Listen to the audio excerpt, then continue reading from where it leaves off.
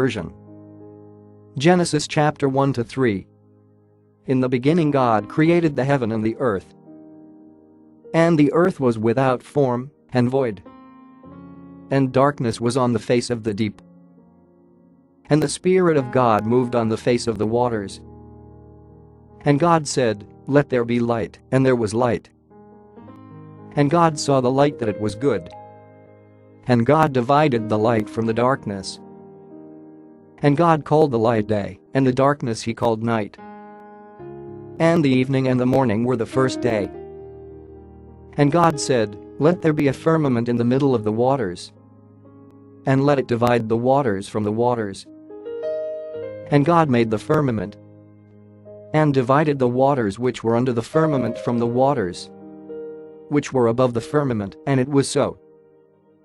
And God called the firmament heaven. And the evening and the morning were the second day. And God said, "Let the waters under the heaven be gathered together to one place, and let the dry land appear," and it was so. And God called the dry land earth. And the gathering together of the waters called he seas. And God saw that it was good. And God said, "Let the earth bring forth grass, the herb yielding seed, and the fruit tree yielding fruit after his kind, whose seed is in itself on the earth," and it was so.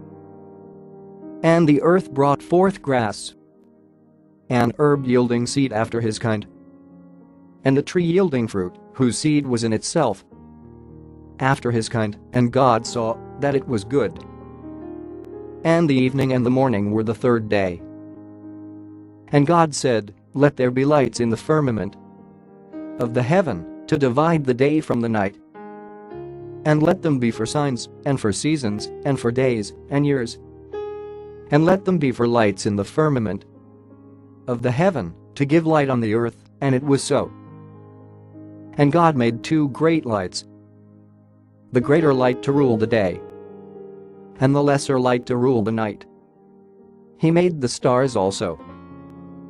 And God set them in the firmament of the heaven, to give light on the earth, and to rule over the day and over the night, and to divide the light from the darkness. And God saw that it was good. And the evening and the morning were the fourth day. And God said, "Let the waters bring forth abundantly the moving creature that has life, and fowl that may fly above the earth in the open firmament of heaven." And God created great whales, and every living creature that moves, which the waters brought forth abundantly after their kind, and every winged fowl after his kind, and God saw that it was good. And God blessed them, saying, "Be fruitful, and multiply, and fill the waters in the seas, and let fowl multiply in the earth." And the evening and the morning were the fifth day. And God said, "Let the earth bring forth the living creature after his kind, cattle, and creeping thing, and beast of the earth after his kind," and it was so. And God made the beast of the earth after his kind, and cattle after their kind, and everything that creeps on the earth after his kind.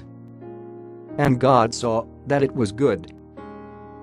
And God said, "Let us make man in our image, after our likeness, and let them have dominion over the fish of the sea, and over the fowl of the air, and over the cattle, and over all the earth, and over every creeping thing that creeps on the earth." So God created man in his own image. In the image of God created he him.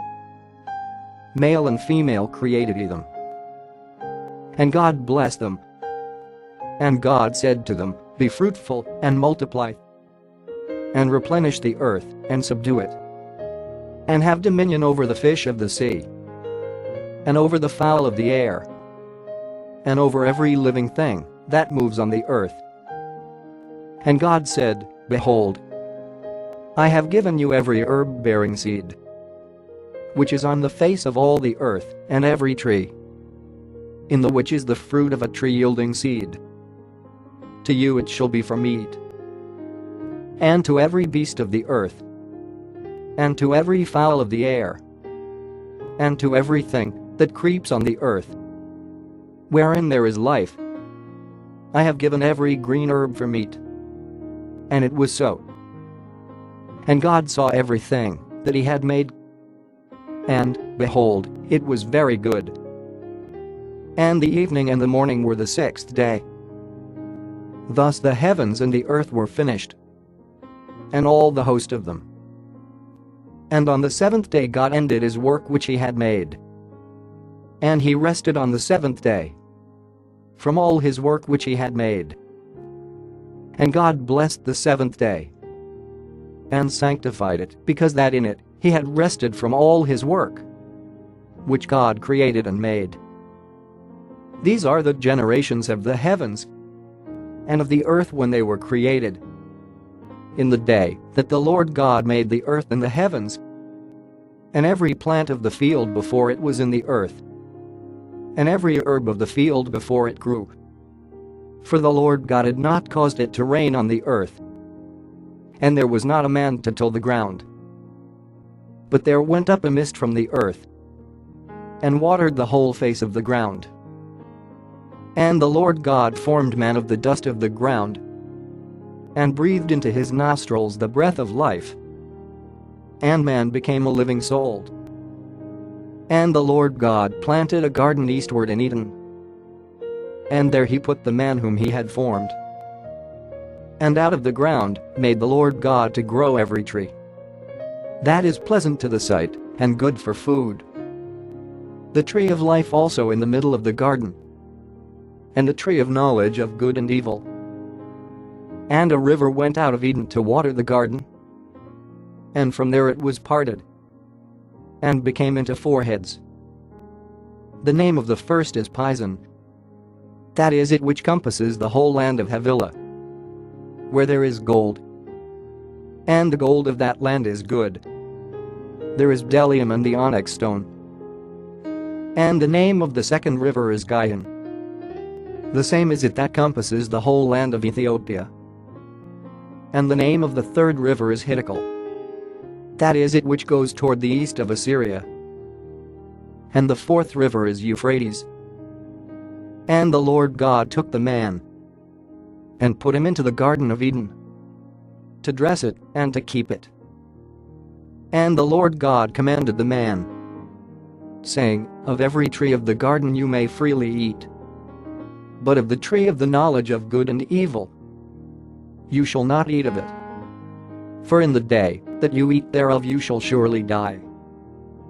And the Lord God said, "It is not good that the man should be alone.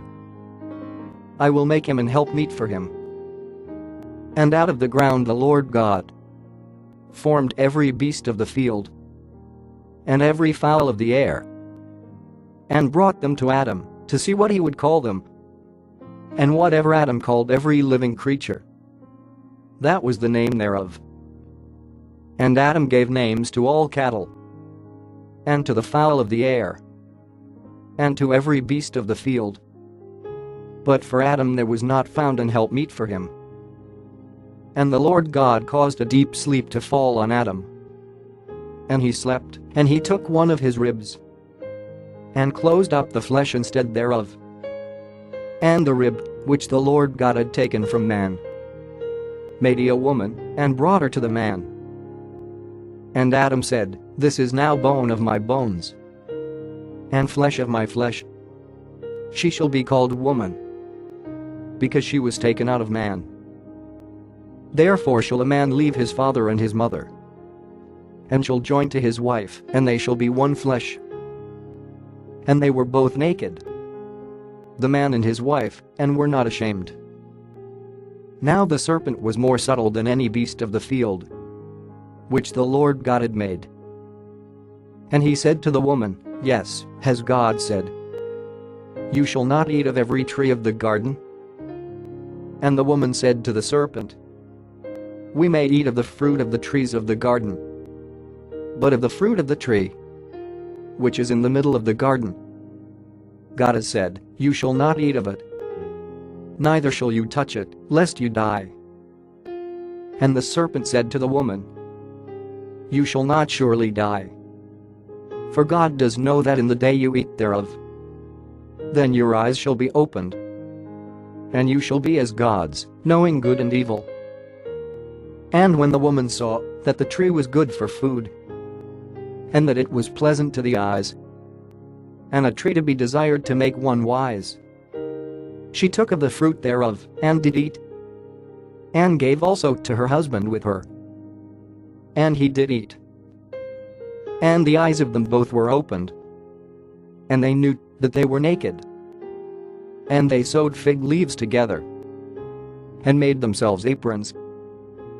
And they heard the voice of the Lord God walking in the garden in the cool of the day. And Adam and his wife hid themselves from the presence of the Lord God among the trees of the garden. And the Lord God called to Adam and said to him, "Where are you?" And he said, "I heard your voice in the garden, and I was afraid, because I was naked, and I hid myself." And he said, "Who told you that you were naked? Have you eaten of the tree whereof I commanded you that you should not eat?" And the man said, "The woman whom you gave to be with me, she gave me of the tree, and I did eat." And the Lord God said to the woman, "What is this that you have done?" And the woman said, "The serpent beguiled me, and I did eat." And the Lord God said to the serpent, "Because you have done this, you are cursed above all cattle, and above every beast of the field. On your belly shall you go, and dust shall you eat all the days of your life. And I will put enmity between you and the woman, and between your seed and her seed. It shall bruise your head, and you shall bruise his heel." To the woman he said, "I will greatly multiply your sorrow and your conception. In sorrow you shall bring forth children, and your desire shall be to your husband, and he shall rule over you." And to Adam he said, "Because you have listened to the voice of your wife, and have eaten of the tree of which I commanded you, saying, 'You shall not eat of it, cursed is the ground for your sake. In sorrow shall you eat of it all the days of your life. Thorns also and thistles shall it bring forth to you. And you shall eat the herb of the field. In the sweat of your face shall you eat bread, till you return to the ground. For out of it were you taken, for dust you are, and to dust shall you return." And Adam called his wife's name Eve, because she was the mother of all living. To Adam also, and to his wife, did the Lord God make coats of skins, and clothed them. And the Lord God said, "Behold, the man is become as one of us, to know good and evil. And now, lest he put forth his hand, and take also of the tree of life, and eat, and live forever." Therefore the Lord God sent him forth from the Garden of Eden, to till the ground from where he was taken. So he drove out the man, and he placed at the east of the Garden of Eden cherubim, and a flaming sword which turned every way, to keep the way of the tree of life.